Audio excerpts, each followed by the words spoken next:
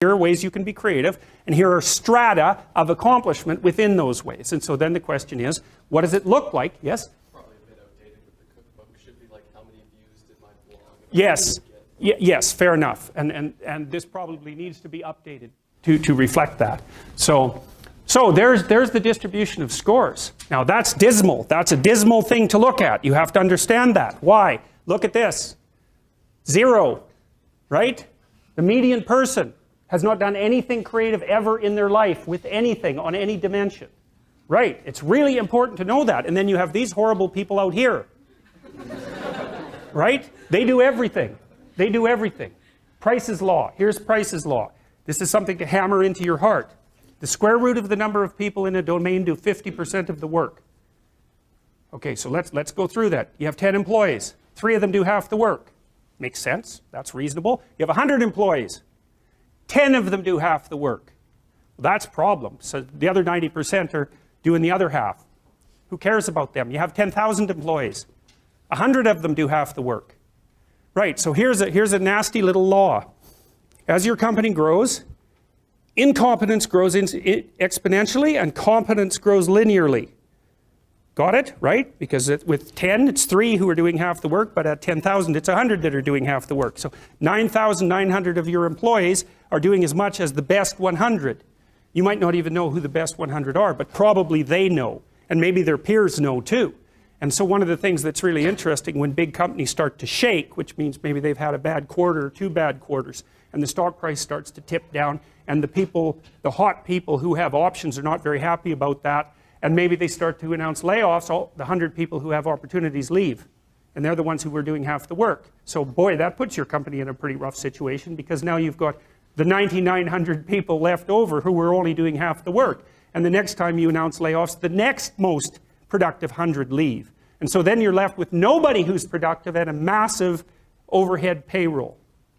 Price's law, you can look that up. De Sola Price. De Sola Price is a guy who was looking at scientific productivity. And one of the things he found was, when he was looking at PhD students, is that the median number of publications for a PhD graduate when he did his work, which was in the early 60s, was 1.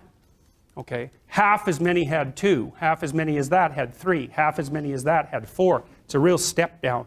And one of the corollaries of that is that there's a certain number of people who are hyperproductive, and that's these people out here. And if you were graphing the distribution, let's say you graphed how many people in a population of 300 had $10,000 in a savings account. It would look very much like this. Some of them would have, or some of them would, most people would have like no savings whatsoever.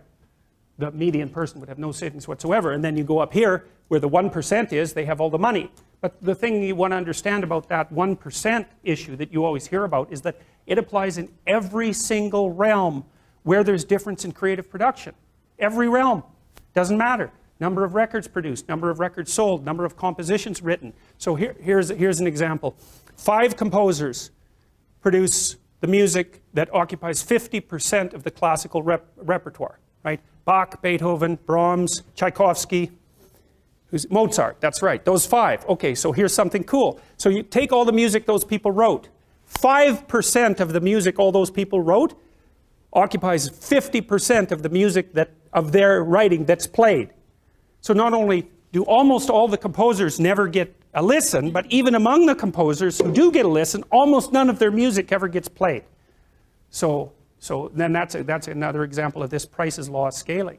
So it applies to all sorts of things, like number of hockey goals scored is also distributed this way. Number of basketballs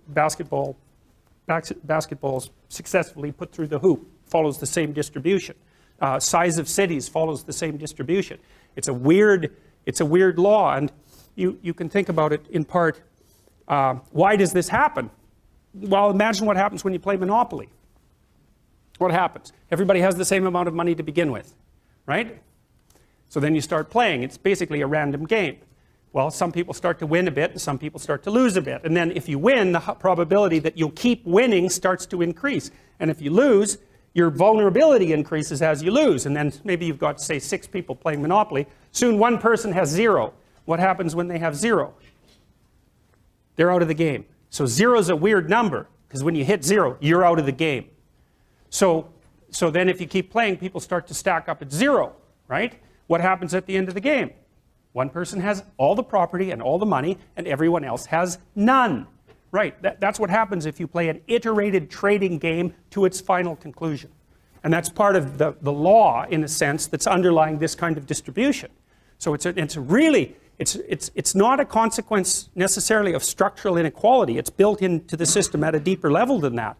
So, you know, people talk about all the time about how unfair it is that the 1% of the population has the vast amount of the money, and 1% of the 1% has most of that money, and 1% of the 1% of the 1% has most of that money. But it is it's an inevitable conclusion of iterated trading games, and we don't know how to fight it. We don't know how to take from the people who have and move it to the bottom without it instantly moving back up to the top. Different people maybe, but still back up to the top. Because even the 1% churns a lot. Like, I think you have a 10% chance, if I remember correctly, you have a 10% chance of being in the top 1% for at least 1 year of your life, and a 40% chance of being in the top 10% for at least 1 year in your life. That's in Canada and the US. It's less so in Europe. So there's a fair bit of churning at the top end. It's not the same people all the time who have the money, but it is a tiny fraction of the people all the time who have all the money. So back to your example with the company that you know, has a couple bad quarters and lays off some people, and the top end leave. Do the people inside redistribute to recreate the same curve? Not usually. I mean, they do, but it's attenuated. Okay. Because the people, I mean, if you reshuffled the entire company and put everywhere somewhere else, there's some probability that some of those people would rise to the top that weren't at the top before. But in that company, that isn't generally what happens. People get stuck in their niche and they don't move. Okay. So, yeah. This is, you wonder sometimes, well, how can companies die so quickly? Well, they go into a death spiral that's almost impossible for them to get out of. So, and it can happen extraordinarily quickly. This is why, you know, the typical Fortune 500 company only lasts 30 years. That's it. It's not that easy for these behemoths to continue existence across time.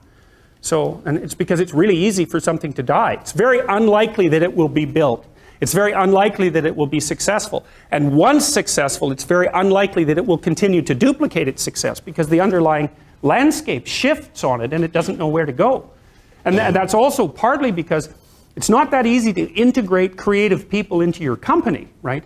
You certainly don't want them at the bottom because they're supposed to be people who are doing what they're told to do.